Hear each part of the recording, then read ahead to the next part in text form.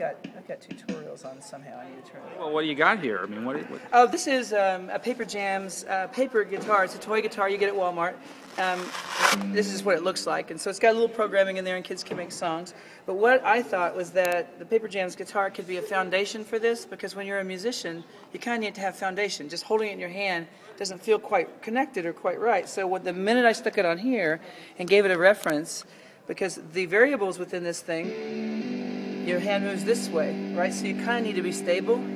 So you're doing this, and you're playing a chord progression like, let's say,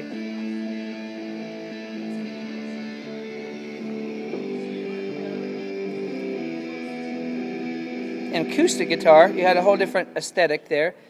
So now is that GarageBand? GarageBand, $4.99 from the iTunes store.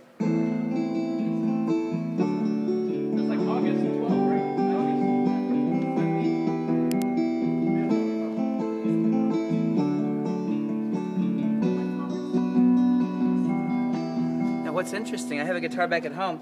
I put my iPhone here because this hand doesn't have anything to do. So I could play drums over on this hand if I want to. For the first time, my hand's freed up and I don't have to use this other hand because I changed chords by moving this hand. So we have what I think is the birth of new kinds of instruments that our kids will play. And some kids might not play this one, but they'll rock this one, because that's just what they'll do. You're going to see that on Letterman. You're going to see that at concerts. People are going to walk out and rock the house and just on something like this. This is an instrument. Just tell me about the sort of little jam session you staged here with the kids. Oh, well, I'm so glad they jumped up. Thank you guys for jumping in, man. Basically, the guys came up and played drums on the iPad. My guess is that these guys were touching this app for the first time today, correct? And so, I mean, it's not like they had a bunch of rehearsal time, but they have rhythm, and if you have rhythm, you can jump right in and play. But I think it's an on-ramp for a lot of kids who are just learning this stuff.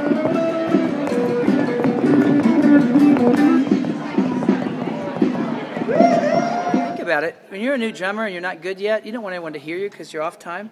But if you have headphones on, nobody can hear, and you can practice all day until you're good. These guys came up and I played the real guitar, they played the drums, and we just sort of rocked out a little bit just to show people this tradigital thing. They're digital, traditional, and together we make music.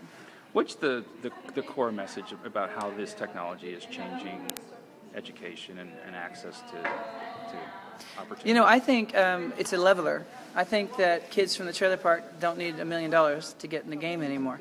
All you need is creativity and a little gumption. If you have that, nobody can stop you. Nobody. But I think it behooves schools and teachers to look at this stuff and say, how do we use this to motivate our kids, to give them opportunity? And what I said in the keynote was Chuck Berry, one of my favorite guitarists of all time, right? He played in the 50s on the electric guitar, and it was a brand new instrument, right? Jimi Hendrix comes along in the 60s. He's better than Chuck Berry, but Chuck Berry was famous because he was early. He grabbed that electric guitar early and he rocked out, right? So I think there's an advantage to jumping on early. Right now, if these guys go home and form a band like this, oh, it's going to go viral. It's going to be all over YouTube. They're going to rock the house. They have this opportunity to do something big because they grabbed it first.